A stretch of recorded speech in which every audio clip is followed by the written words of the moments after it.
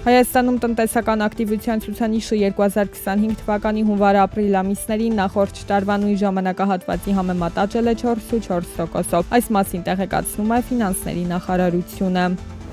2025 թվականի առաջին եռամսյակում Հայաստանի ՀՆԱ-ի աճում ամենամեծ ներդրումն ունեցել է ծառայությունների ոլորտը։ Այս մասին ասվում է Եվրասիական զարգացման բանկի շաբաթական մակրոտնտեսական ակնարկում։ 2025-ի առաջին եռամսյակի արդյունքում Հայաստանի ՀՆԱ-ն աճել է 5,2%-ով։ 2025 թվականի պետական բյուջեում Հայաստանի տնտեսական աճը կանխատեսվում է 5,1%։ 2025 թվականի ապրիլ ամսվա ընթացքում արձանագրվել են հսկիչ դրամարկղային մեքենաների կիրառման կանոնների խախտման 559 դեպք եւ շուրջ 273 միլիոն դրամի չափով տուգանք։ Արձանագրված խախտումներից 18 դեպքով 18 հարկ վճարողի մոտ արձանագրվել է 1 միլիոն դրամ եւ ավելի տուգանք, ընդհանուր շուրջ 106.54 միլիոն դրամի չափով։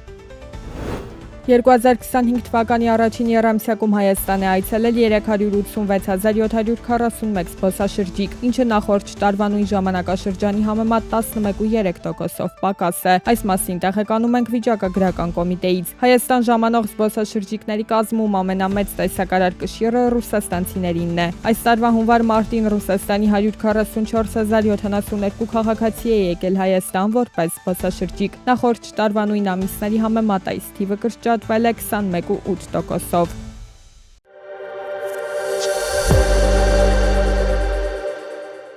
Ֆինլանդիայի պաշտպանության նախարարությունը նախատեսում է Ռուսաստանի եւ Բելարուսի քաղաքացիներին արգելել երկրում անշարժ գույք ձեռք բերել։ Այս տարվա ապրիլի 11-ին Ֆինլանդիայի խորհրդարանն ընդունել է օրենք, որը պաշտպանության նախարարությանը թույլ է տալիս կանխել այն ֆիզիկական կամ իրավաբանական անձանց անշարժ գույքի գործարքները, որոնց քաղաքացիության երկիրը ագրեսիվ պատերազմ է մղում եւ կարող է սպառնալիք համարվել Ֆինլանդիայի ազգային անվտանգության համար։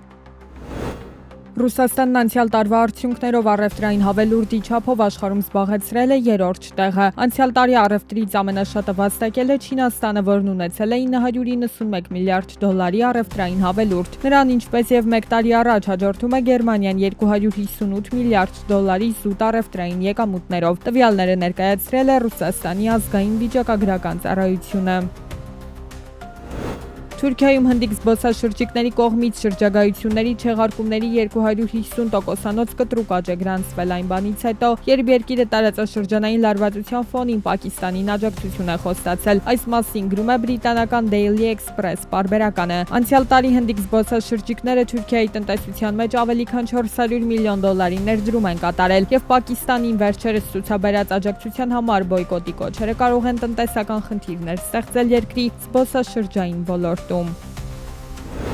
Եվրամիությունում ամենաբարձր կենսաթոշակային տարիք ունեցող երկիրը Դանիան է։ 2006-ից Դանիան պաշտոնական կենսաթոշակային տարիքը կապում է կյանքի տևողության հետ եւ վերանայում է այն յուրաքանչյուր 5 տարին մեկ։ Այն ներկայում 67 տարեկանն է, սակայն 2030 թվականը կբարձրանա մինչև 68 տարեկան, իսկ 2035-ին 69 տարեկան։ 70 կենսաթոշակային տարիքը կկիրառվի 1970 թվականի դեկտեմբերի 31-ից հետո ծնված բոլոր մարդկանց համար։